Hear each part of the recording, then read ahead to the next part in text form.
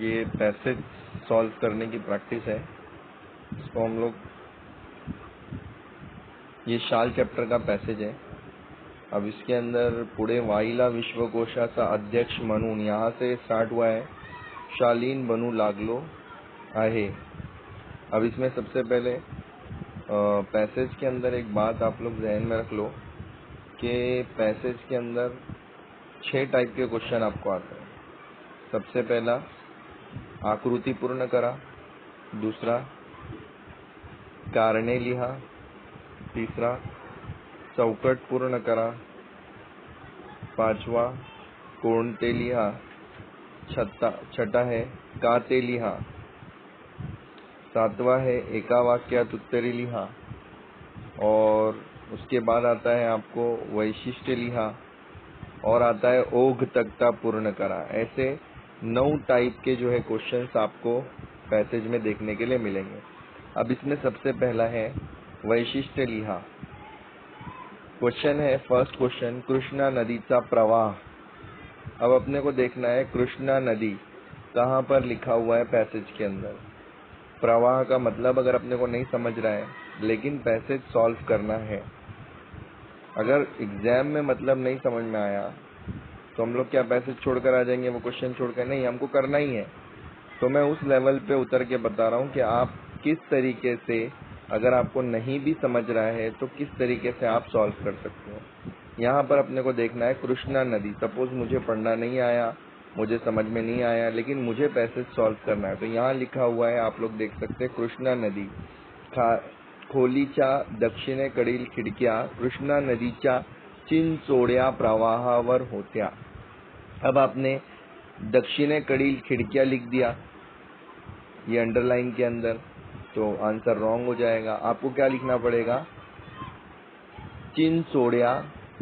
चिंचोड़िया लिखना पड़ेगा, ठीक है।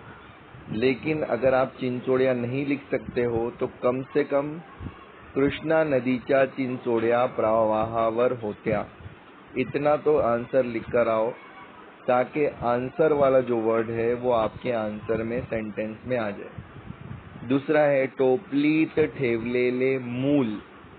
अब टोपलीत ठेवलेले मूल, अब इसका मतलब मुझे समझ में नहीं आया, तो मुझे देखना है कि टोपलीत ठेवलेले कहाँ लिखा हुआ है। अब यहाँ लिखा हुआ है टोपलीत ठेवून मासे पकड़ण्याच्या उद्योगात होती। अगर मैं ये आंसर लिखता हूँ तो ये भी मेरा आंसर करेक्ट नहीं रहेगा, बल्कि मुझे क्या लिखना पड़ेगा? छोटे मूल, ये करेक्ट आंसर है। तो तीचे छोटे मूल एका टोपली ठेवून, ये यहाँ तक भी आप आंसर लिख सकते हो। करेक्ट आंसर जो है वो छोटे मूल है।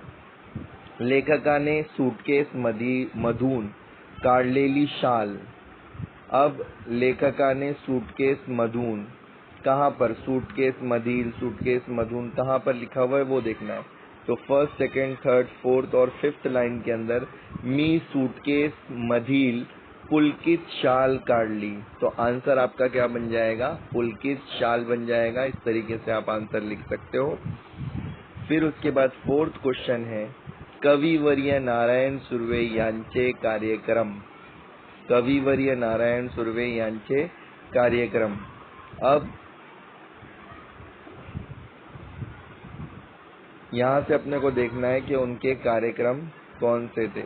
अब यह कार्यक्रम कहाँ पर लिखा हुआ है? त्यांच्या कार्यक्रमांना अहोरात्र भरतीच असे। नारायण सुर्वे खूप सभा सम्मेलने गाजवत, तो यहाँ पर जो आंसर बनेगा वो सभा और सम्मेलन। ये यहाँ पर कार्यक्रम बहुत दूर लिखा हुआ है, लेकिन यहाँ से हमको गैस करना है सभा और सम्मेलन। इस तरीके से हम लोग आंसर बना सकते हैं उसका। नेक्स्ट जो है ये हो गया आपका 2 मार्क के क्वेश्चन। उसके बाद आता है प्रत्येकी एका वाक्यात उत्तरे लिहा। ये पैसेज जो है ये एग्जाम में आ चुका है, 2019 का पैसेज है ये। सम्मानाची प्रतीके लिहा। अब प्रतीक का मतलब मुझे नहीं मालूम, लेकिन सम्मानाची मुझे ढूंढना है, देखता हूँ मैं कहाँ पर है। सेकंड लास्ट लाइन में आपको दिख रहा होगा प्रत्येक कार्यक्रमात सम्मानाची शाल व श्रीफळ। शाल और श्रीफळ ये जो है सम्मान की प्रतीक है, ये आप लोग लिख सकते हो। 5 50 रुपयांच्या नोटा लेखकाने मासे पकडणाऱ्या बाईला का दिल्या असावेत। अब यहाँ पर उसने पूछा है कि जो भी पूछा है, अब उसका ट्रांसलेशन अगर मैं आपको बताऊंगा तो आप लोग ढूंढ लेंगे, लेकिन हमको वो बनना है कि हम लोग क्वेश्चन पढ़ के आंसर ढूंढे। हमको वहाँ मीनिंग बताने वाला कोई नहीं रहेगा, विदाउट मीनिंग हम लोगों को जो है वो आंसर ढूंढना है। तो वापस मैं क्वेश्चन पढ़ता हूँ। 50 रुपयांच्या नोटा लेखकाने मासे पकडणाऱ्या बाईला का दिल्या। अब यहाँ देखना है अपने को, मासे पकडणाऱ्या बाईला का दिल्या।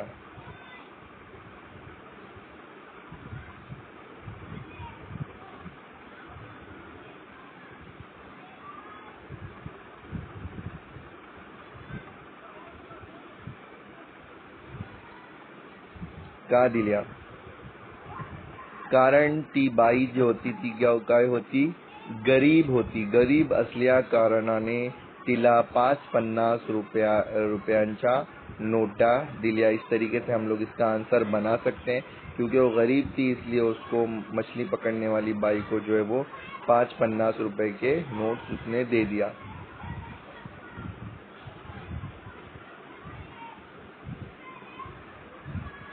फिर उसके बाद जो क्वेश्चन है वो है स्वामत। स्वामत के अंदर आप लोग देखेंगे कि स्वामत का मतलब होता है पर्सनल रिस्पॉन्स। मैंने जो है YouTube के ऊपर मेरा वीडियो है जिसके अंदर मैंने स्वामत के लिए स्टार्टिंग लाइन, जिसको हम लोग इंट्रोडक्शन पैराग्राफ बोलते हैं, वो मैंने बना कर रखा हूँ। वहाँ से आप लोग वो लाइन्स याद कर सकते हैं। और उसके बाद स्वामत का मतलब होता है पर्सनल रिस्पॉन्स। 3 मार्क्स का ये दोनों पैसेज के अंदर क्वेश्चन आता है। 2 पैसेज 7-7 मार्क्स के होते हैं। उसके अंदर आपको ये क्वेश्चन पूछा जाता है स्वामत का। अब स्वामत का मतलब होता है पर्सनल रिस्पॉन्स, तो आपको अपने पर्सनल रिस्पॉन्स के अंदर ही इसका क्या करना है, आंसर देना है। जो कुछ आप अपने पर्सनल रिस्पॉन्स से लिखोगे, सिर्फ मराठी में लिखना, ग्रामेटिकली मिस्टेक थोड़ी बहुत होगी, उसके ऊपर एग्जाम आपको मार्क्स, एग्जामिनर जो है वो आपको मार्क्स दे देगा। जरूरी नहीं है कि आप याद करके लिखो, बहुत सारे जरूरी नहीं कि आप लोग याद करके लिखो। बहुत सारे स्टूडेंट क्वेश्चन पूछते हैं कि सर स्वामत कौन सा पढ़ूं। स्वामत याद करने की चीज नहीं होती है, वो अपने पर्सनल ओपिनियन रहते हैं। हर एक के ओपिनियन अलग अलग रहेंगे और आप बेटर है कि उसको जो है अपने ओपिनियन के अंदर ही लिखने की कोशिश करो। तो इस तरीके से हमने ये पैसेज सॉल्व किया।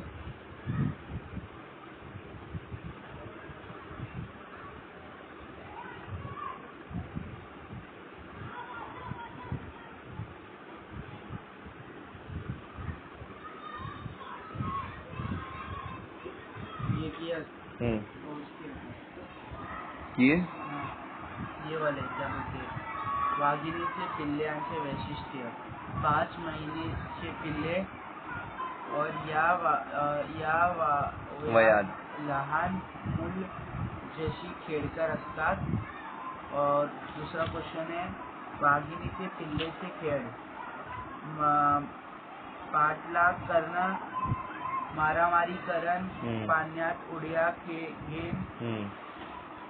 दो लिखना है कोई भी, सही है।